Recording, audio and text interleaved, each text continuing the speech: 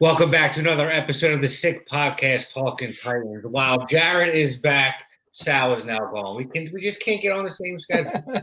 But welcome back, Jared. Let's waste no more time. Jimmy, start us up. Turn up your volume. Because you're about to listen to the Sick Podcast. Talking Titans. Levis towards the end zone. Got a man. Touchdown. Wow. And it's the fourth TD pass of the day in the debut of Will Levis. The sickest Tennessee Titans podcast. Sick! It's going to be sick. Welcome back to another episode of the Sick Podcast Talking Titans. Jared is back from wherever he was on vacation last week. I don't know if it was Antigua or Wildwood, New Jersey. Either way, our boy's always living his best life. Sal is, I don't know what he's doing. Nobody really ever knows what Sal's doing, but, we're going to pray for his well-being. But welcome back, Jared. This episode and all future episodes for the time being are going to be sponsored by our new two favorite companies, if we wanted to shout them out very quick. The only mask designed and optimized for deepest possible sleep in any environment, 100% blackout for deeper sleep, infinitely adjustable for personalized fit. When you got a nose like me, you need a personalized fit, man. Absolute comfort. Visit manasleep.com and use the code SICKTITANS for 10% off. Again, that is SICKTITANS for 10% off. Mantis Sleep, don't waste any more time. Jen has been utilizing that mask, I'm not going to lie, because, with the kids waking her up, yes, whenever she puts Jace down for a little nap, she throws it on. She used it for the first time last week, and I've been using it too because, the sleep apnea. But our next reliable sponsor is Homage. Homage specializes in ultra comfort, high quality looks, repping sports, pop cultures, and more legendary moments. Learn more about Homage with the links in the description. There's no link in the description right now, but the links are in our bio at Instagram at the Sick Podcast Titans. And you've seen us on Instagram. I mean, not Instagram, Twitter and X. It's in our bios over there too as well. Jared's been gone for so long, he almost forgot who his own podcast sponsor was, man. Kid really. I'm repping it right now. Look, living his life. He's ripping it. He just forgot, that they sponsor us as well. It's all right. Get out of here. We'll give him a week to get back into the groove. That's if he's not going again next week. God knows where. I'm here. Well, you're here. Welcome back. Love that you're back. Let's dive in right into preseason week number two, preseason game number 2. I'm sorry. What do we think, Jared? What do we think? What jumped out to you? What did you like? What did you dislike? And has your opinion changed at all from the first preseason game to the second one? Not much. Seen a lot of highlights during the game. Obviously, to me, Malik Willis, he looks good. He was a little shaky in the first half. He stepped it up in the second half, a couple sharp throws. But to me, clearly, I think Mason Rudolph is QB2. I don't know what you guys really talked about last week, but, there's rumblings, back and forth on Twitter saying, Malik, he stepped up. He deserves the shot. Yes, he stepped up, but Mason Rudolph was there. He's a veteran quarterback. You still need that veteran presence. I'm not saying cut Malik Willis. Great guy. Dress him for the QB3 for game day. Keep him. But the quarterback situation, it's set in stone for me. Moving forward, there's a couple of things that jumped out. Not a lot of things because not a lot of the starters did play, but the rookie class, like we talked about, the rookie class has been ridiculously good in my opinion. James Williams from the first preseason game to the second preseason game, he's posting an 88 run grade. That's going to be a huge, dime linebacker package for us. The guy is huge, moving from safety to linebacker now with Frank Bush. To me, they're developing him to be the Jamal Charles of the future. Not Jamal Charles, Jamal Adams of the future for us. Jamal Charles. Shout out Jamal. Yeah, throw it back to him. I'm in the dynasty fantasy football mode right now. I'm trying to get into it right now. Right. But he's been all over the field, it seems like, with the run stopping. So that's going to be good. If he keeps it up and Frank Bush develops him, I'm all about that. Another one that's in the linebacker room, Chance Campbell. Your boy. My boy, I called him out last year. He's been all over the field. Interception, tackle for losses, sacks, tackles all over the place. I mean, the guy's all over the field. What do you think about those two guys in particular? The first 2 weeks of preseason. I alluded to it, months ago, weeks ago. I bring it up very often that I think one of the biggest position groups that is entirely up for grabs is this linebacking group. Mm-hmm. Inside, outside. I would like to see a player, no matter who it really is. I have no loyalty toward any player that plays linebacker on this team. I would like to see the best guy win the job. If it's a guy like Chance Campbell, who's a little more unknown, then so be it. If it's your boy Dr. Gibbons, so be it. I don't really care if it's the rookie we got out of Miami that is massive. So be it. I don't really care. But I would like to see someone, step up and take the job. Not to backtrack, but what you said about Mason Rudolph last week, Sal and I did have a conversation about what we thought, the battle would look like going forward. And we both said that we'd like to see basically Malik Willis step up and take it because he's more athletic, because he has, of course, he has a bigger arm. But after last week's performance, I believe as well that they want that veteran presence for Will Levis. I think it'll be beneficial for his development. And we saw what he has done throughout his career. He has stepped up into games and can win you a few games in the short term. Obviously not a long-term answer.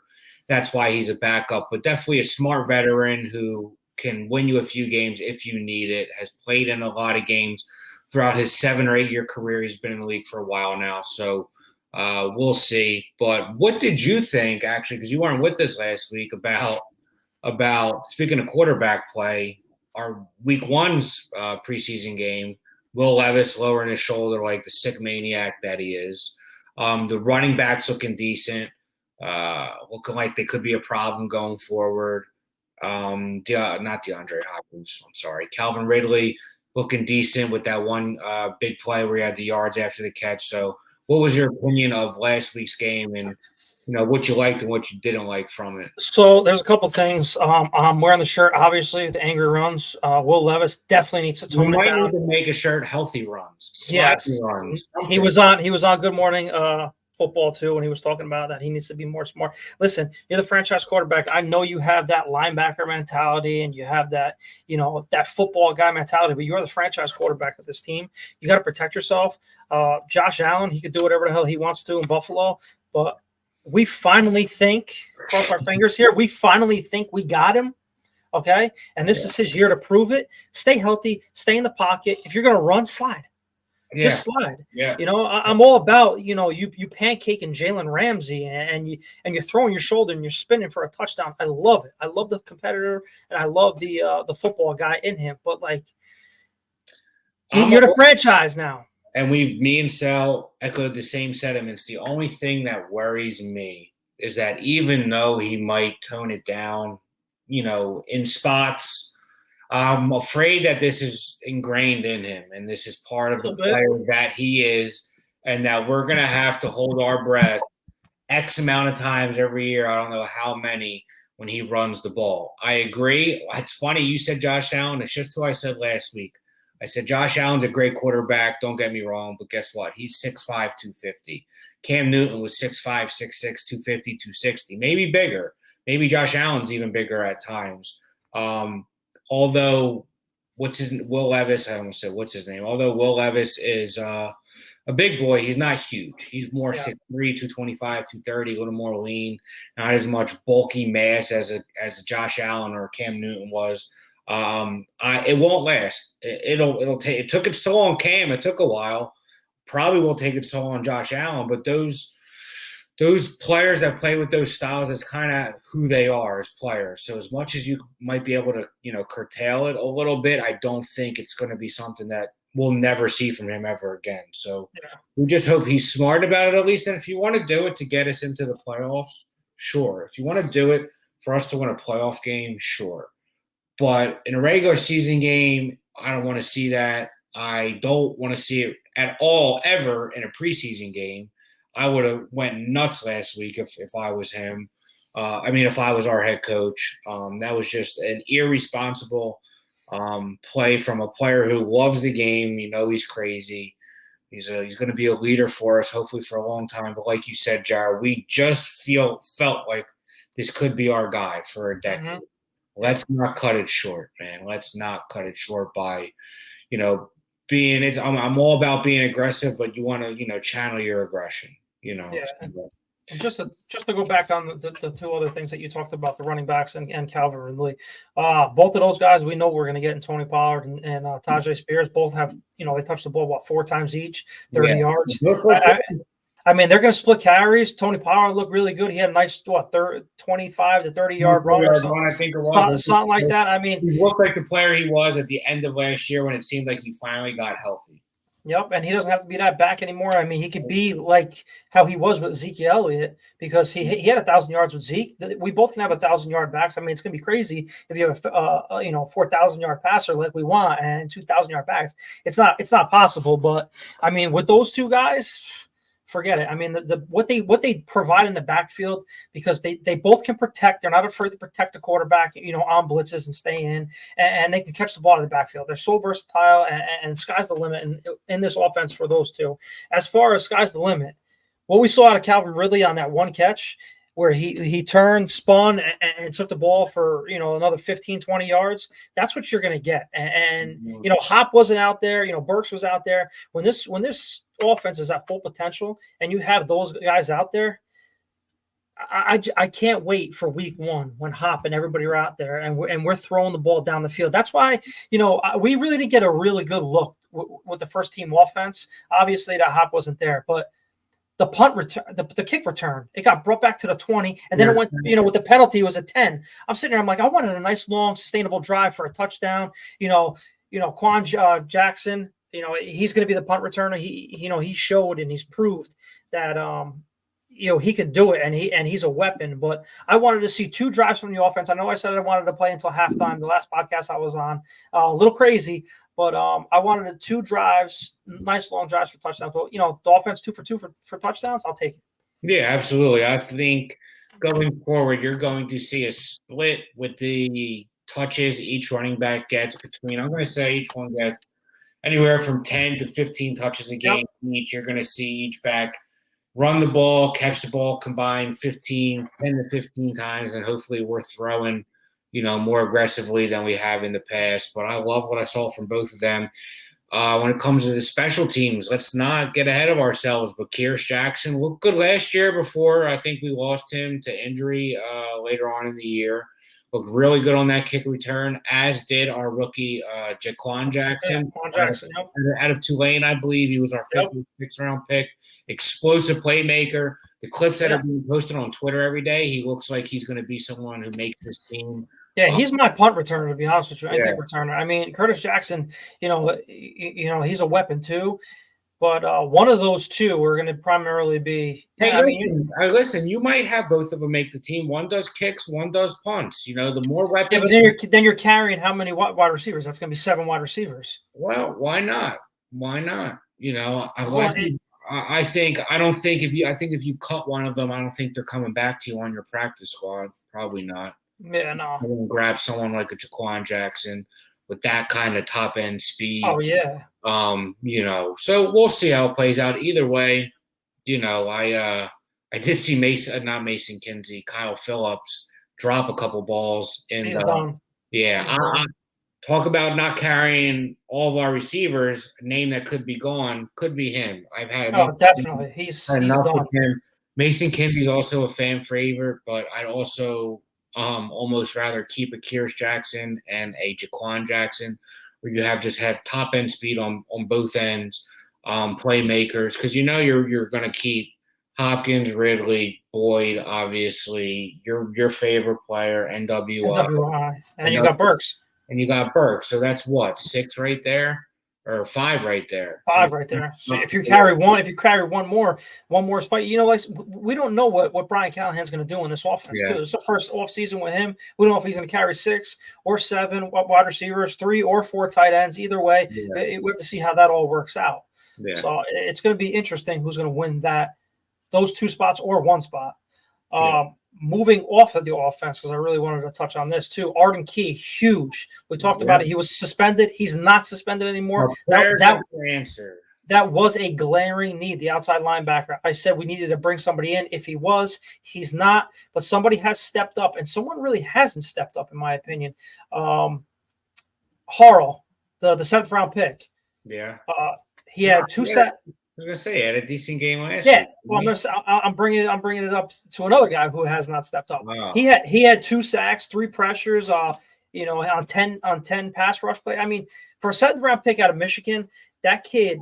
I knew, like, a Michigan defender is not going to suck, even if you get him in the 7th round. He was groomed to be ready for the NFL, and the way he just pushed that left tackle from the Seahawks, whoever it was, dude, that's a grown man, and he just bulldozed him. I just love to see it as depth play.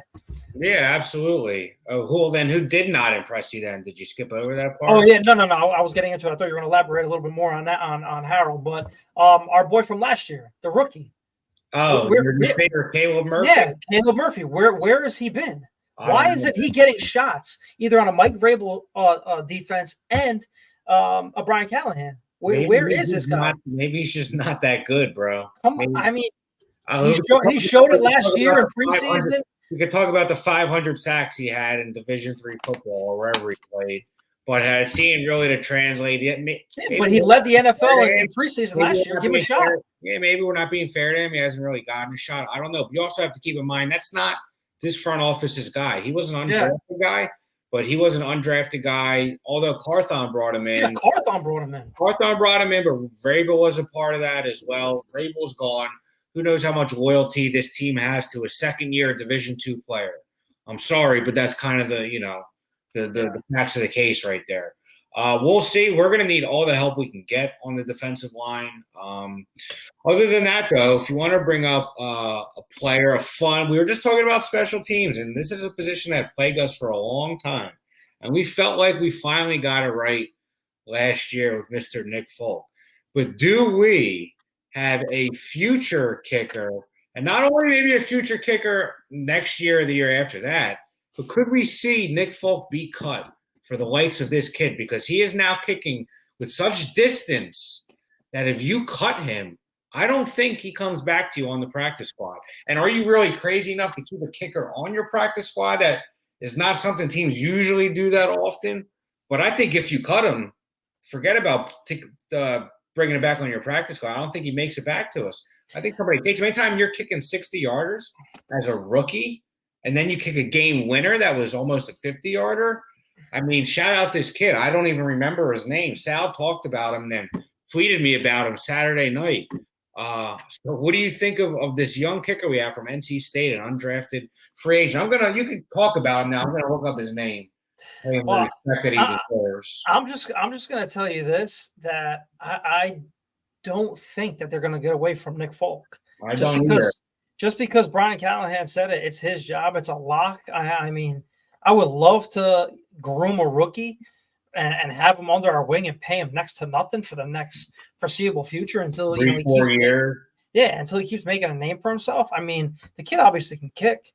So I mean, I was shocked as hell when it went through 59. I mean, his name is Braden Narveson, Narveson. Braden Narveson. He went to NC State. He went to 3 schools. Yep. Yeah, and I think that's where he graduated from. Sal shouted out his numbers last week. In college, he kicked with some distance, made some long field goals, pretty high percentage in the low 80s, I believe, his last few years. But I wouldn't be surprised, man. I wouldn't. I mean, do you think there's a chance that they keep 2 kickers? Like, you bring them back on your practice squad, or? I mean, it's not. It's. I think we've had 2 kickers before. We know what'll happen, right? We won't keep this kid.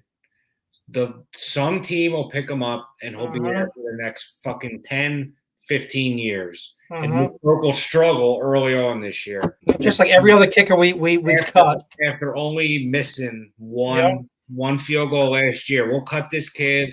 We'll be an all-pro in a year or 2, and then Folk is 45 years old, and he'll fall off the map this year. Watch it. I'm Not saying I wish it happened, but we've seen this movie before. We have. Oh, of course, we've been kicking woes for a long time. But when he kicked that field goal, I went right on his X or Twitter, whatever you guys want to call it. His header, his pressure is a privilege. Yeah. For me to have that kid's got heart. Yeah. Obviously, has ice in his veins. You're going to need. He's got ice in his veins. He's not fazed by anything. So I mean, gotta love it. I mean, I would give the kid a shot again. Absolutely. I mean, yeah, Nick Folk is Nick Folk, yeah, but I think you're right though. If we do cut this kid, I don't think we're going to see him. No, and guess what? I'm thankful for Folk and what he did last year.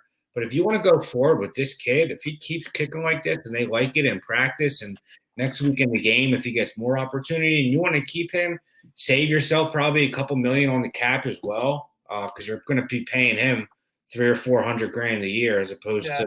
I don't know what Folk makes, but I'm assuming it's in at least $1 million a year. So we'll see. It should be interesting, though. I'm excited going forward. I think we could be decent, knock on wood. I've liked what we saw the first 2 weeks of the preseason. Hopefully we get D-Hop back and, give it our best shot in Chicago. But, so far so good from the offseason to the preseason to, so. Yeah, we still have $22 million in cap space. And with the rumors swirling, obviously the linebacker and outside linebacker is still a little thin. Do you think there's going to be a move? No, I don't want Hassan Reddick. No. You don't want Hassan Reddick. There's going to be a trade, or you think there's going to be a move for a pickup of like Ndakwe or something? Who's still out there? You never know. You really never know. I don't foresee us trading and paying Hassan Reddick, whatever he wants. I think he's starting to become a bit of a headache. Kid's immensely talented, but there's a lot of talent in the NFL, and you don't want to deal with that, especially when they're going to pay you upwards of $15-20 million annually. He is a South Jersey kid. Shout him out. No free shout outs, but he is not someone I really want on my team. If you want to go after someone like a Judon who already got traded, I would have been more apt to do that as opposed to Hassan Reddick. As far as anyone else, I would be okay with signing a veteran. But I don't – with Key, I think there'd be more urgency if Key hadn't gotten the suspension reduced. The fact that it got completely overturned, I think that gives them, a bit more confidence in having Howard Landry and him as our edge rushers, along with Sweat and Simmons and, maybe your boy that they drafted late who you like. So we'll see. But, no, I really don't foresee us, paying a, defensive end, however much we're going to pay him to come in. So we might. I wouldn't be mad at it. I don't think it happens, though. Yeah. No, I mean, listen, anything's possible with this team. And I see Rand Carthon, if there's a glaring need, going into the season, I think he's going to grab whoever it is late. Is Ndakwe a free agent? Yeah. He is. He's a free agent. Yep. There's a couple out there. I mean, he pops to my head right now. But I mean, Randy Gregory is another one who just got cut. He just got cut too. And listen, there's gonna be a lot of guys, like Rand said. There's gonna be a lot of guys getting cut. I mean, the rosters haven't been cut yet. No. So I mean, we could still cut players. We can grab players from other teams, like Rand said. So I mean, this roster is nowhere near set, and we can have a little shakeup here. Come the end of preseason 3 and going into week 1. So I'm kind of excited. I know you are. Another thing that I'm excited about, I know you guys touched on it last week. We're going to Nashville week 2, baby. That's right. We're going to Nashville week 2. We got a party. Three amigos. Jimmy, bring it up there. We're going to be live from DraftKings Sportsbook and Social on that Saturday night at 7 p.m. Listen, this has been in the works for a couple weeks now. We finally got everything squared up. We got Teron Davenport, who's going to be there. We have, we're going to do a live podcast from there. We're going to do giveaways. Should I say we're going to be doing a little jersey giveaway too as well? We're going to do meet and greets. So it's going to be a lot of fun, man. I can't wait to meet all you guys, all the listeners out there, all the people that are on X and YouTube that, support our show. I've got a lot of DMs. I'm sure you guys have. Can't wait to be there to party with you guys on Saturday night. Hopefully to be, bring 2-0 to the Nashville scene and to even go tailgating with you guys on Sunday. That's gonna be great. And to top it all off, it's Vinny's birthday on Monday. So we're going to be celebrating Vinny's birthday as well on Saturday night. So everybody come out, support us, come see TD, hang out with us, and let's talk Titans, man. Yeah, absolutely. We're looking forward to it. Like we said, we've been working on it. We've been really kind of tentatively hoping for this for a year or so. We've kind of talked about it and finally, made it happen this year. And not only will you get a chance to meet us, but the people behind the scenes, you often refer to Sammy and AC and Juliana, and hopefully you get to meet all of them as well. The people who are, the engine behind this. They do all the fun stuff. I mean, they do all the important stuff. We get to talk and, break stones, but they do the stuff that really keeps the show running. So not only we get to meet us, you'll get to meet them. So a bunch of Jersey Italians, Canadian Italians all over the place. We're taking over Nashville. September 14th, 7 o'clock, DraftKings Sports and Social. Do not miss it. And you get to meet TD, a friend of the show. Great guy. I'm excited to meet him in person. Yes, absolutely. I mean, I can't wait. As soon as I asked him, he said, I'll be there. Yeah. No doubt. Great guy. Absolutely. Every time he comes on a show, man, just to chop it up with him in real life, meeting him in real life, shaking hands. He's from Philly, Yes. We're all from the Northeast. I have some Philly ties myself, so he's one of us. So we're looking forward to the whole weekend, really, and I get to celebrate. I turned 21 finally. I've been waiting for a long time, but other than that, though, anything else you want to add in tonight on your first show back after your trip around the world? Nah, I mean, it was your first show back last week from the trip around the world. So, I mean, between me and you, the miles are racking up, like you said last week. Racking up. So, hopefully we get some free flights with the miles from the credit cards. I mean, it's been wild. Absolutely. But with that being said, great show tonight. Looking forward to next week, and we can see what happened on the third preseason game and talk about some potential moves we might make after that. So, and we talk about our new sponsor too next week as well. Yes, we do. More exciting news, just exciting news for days. So hopefully you're here. Hopefully Sal's here. Hopefully all three of us are here. Other than that, Jimmy, send us out. And that's a wrap. Hope you don't miss us too much until next time. Follow the Sick Podcast Talking Titans on YouTube, Instagram, Facebook, Google Play, and Apple Podcasts.